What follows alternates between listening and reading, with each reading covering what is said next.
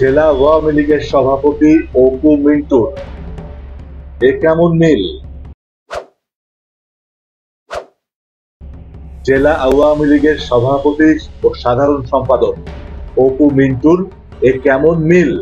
ঝিনাইদহ জেলা আওয়ামী লীগের সভাপতি ও সাবেক এমপি শফিকুল ইসলাম অপু গ্রেফতার হয়েছেন।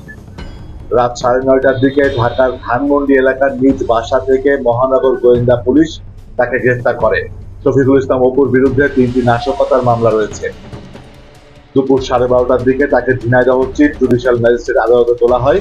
সেই সময় বিচারক সিনিয়র জুডিশিয়াল ম্যাজিস্ট্রেট ওয়াজেদুর রহমান তাকে 2 দিনের রিমান্ড মঞ্জুর করে জেল হাজতে প্রেরণ করে। ঝিনাইদহ জেলা পুলিশ সূত্রে জানা যায়, 2024 সালের 5ই আগস্ট থেকে তিনি পলাতক ছিলেন।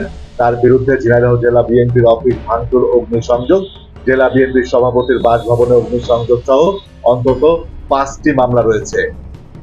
এছাড়া গত বছরের 4ই আগস্ট ঝিনাইদহে আন্দোলনরত ছাত্র জনতার উপর হামলার ঘটনায় দায়েরকৃত মামলার আসামি তিনি।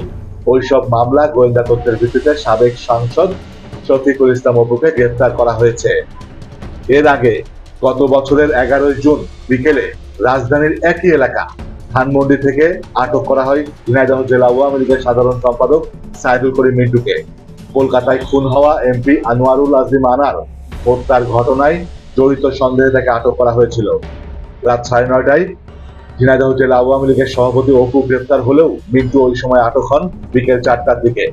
ঝিনাইদহ জেলা আওয়ামী লীগের এই 2 কর্ণধারকে ঢাকা গোয়েন্দা পুলিশের পৃথক 2টি দল গ্রেফতার করে বলে জানা যায়। মিন্টু আটকের ঘটনা জানাজানি হলে ওই সময় এ বিষয়ে নিয়ে জেলা আওয়ামী লীগের সভাপতি শফিকুল ইসলাম অপু বলেন, ওই নেতার আটক হওয়ার গুঞ্জন শুনেছি।